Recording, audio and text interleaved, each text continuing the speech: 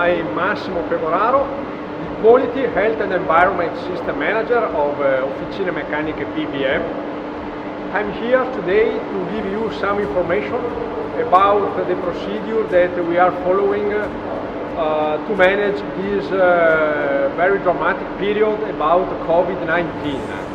We studied a specific procedure that we are following to respect 13 points that the Italian law required us.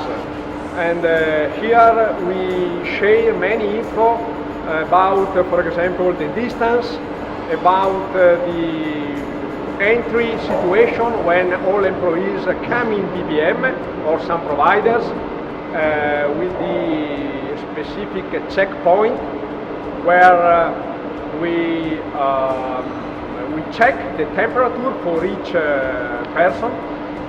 Other points are about, for example, the clean.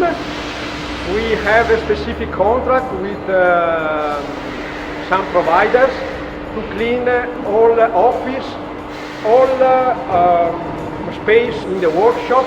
Another very important point is about the protectional individual disposal that we manage, like masks, like glasses, like gloves.